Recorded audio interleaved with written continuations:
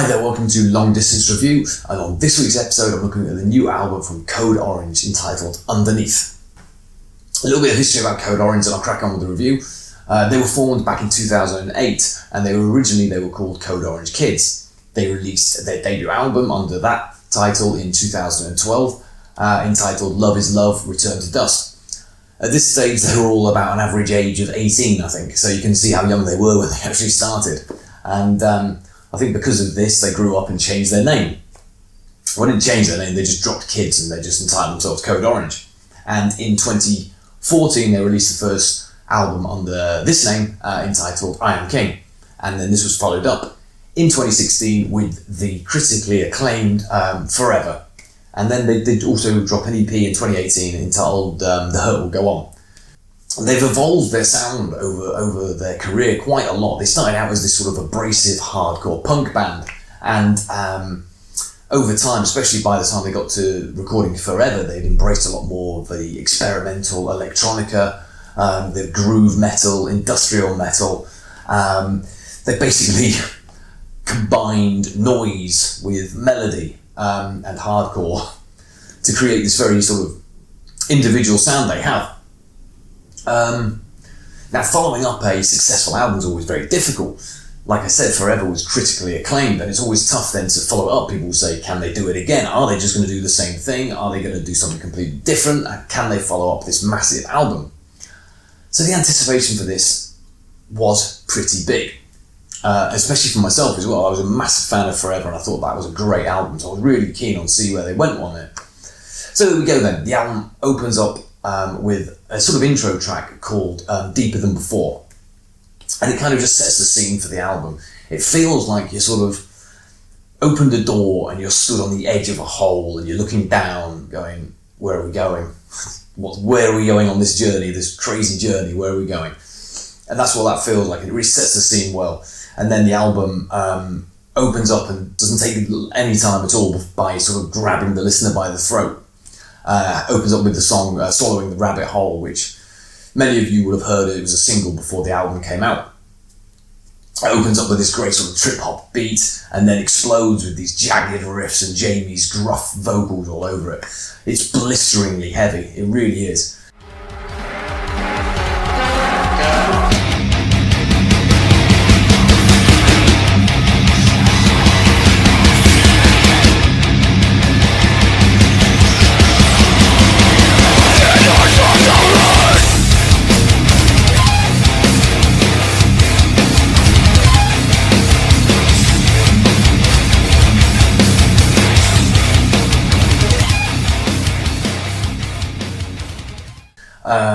This is followed up by a track called In Fear, which is this sort of glitch-laden groove track, and it has Reba's vocals on it, and she sings on this track, and she sings a lot more on this album. It actually is utilised a lot more, it feels, on this album. And on this track she has this sort of breathy, dreamlike sort of vocals, and it gives the track a real surreal nature to it, it really does. The whole album, actually I'll say it now, the whole album feels a lot more thought out and focused than ever before. When I said glitches, I said on that last track on In Fear has these glitches, they've always used things like that, and what it is that they put these little sounds and electronic elements in tracks, so it sounds like something's glitched and gone wrong, and it's really jarring, it's quite jarring for the listeners, always, what was that? And they've always done that, but they've used it a lot more on this album, but what they've done is they've positioned them perfectly on the tracks to sort of be as impactful as they ever can be. They've also timed the tempo changes perfectly on the tracks, and the breakdowns are still crushingly concrete heavy than ever before. The production on this album is superb. It's produced by self-produced by the drummer Jane Morgan. He's like he's like a spokesperson for the band, really. He's like the face of the band a lot of the time.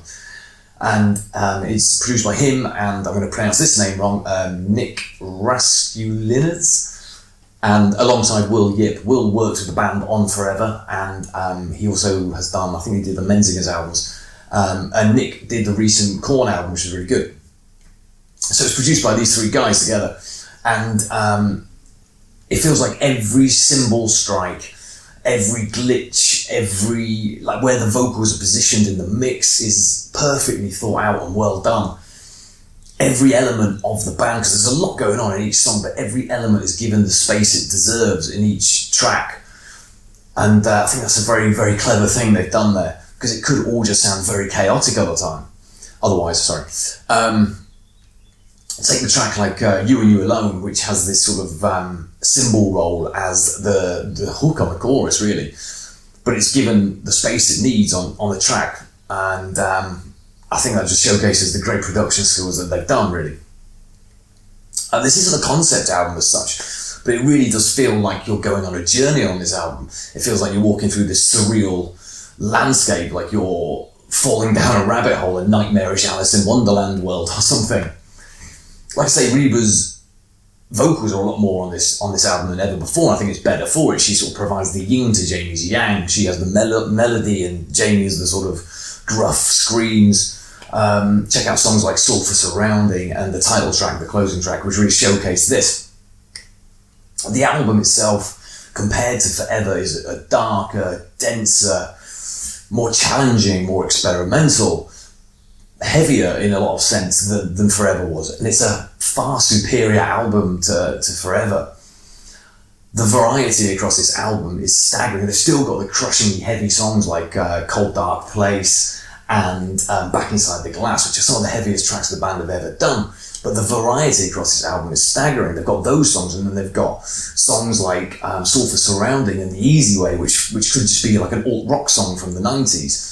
Sulphur Surrounding has this guitar tone that's reminiscent of some 90s metal band, and The Easy Way has this massive alt-rock hook all over it. And Jamie sings on The Easy Way, actually sings on The Easy Way, and he's very good on it. His vocals have improved a lot actually on this album, I think. The electronics on this album have been pushed up. They've been upped than ever before. There's a lot of programming and synths across this album. And it gives the album a much more industrial feel to it than ever before. It's got like a robotic vibe, this album. It feels like you're trapped inside a machine, and I think the artwork reflects that. And it just enhances that the band think about every little stage of what they do. The album's a roller coaster, really. By track 11, Autumn and Carbine, you feel like the lighter songs are trying to help you crawl out of this nightmarish world, and just as you're getting out, you get dragged back in by this sort of glitch-laden, chaotic nightmare of a track like Back Inside the Glass. And it feels like you're being grabbed and pulled back under again. And it's only really when the album finishes with the title track underneath that it feels like it's released you from its grasp. No one is doing anything like this at the moment. No one sounds like Code Orange. And yeah, people can say, yeah, well, we could have put glitches in our songs, or we could have stopped a song mid-bar and just gone, finished. Yeah, but you didn't, did you? And Code Orange did, and they've created this very unique sound for themselves and this unique identity for themselves.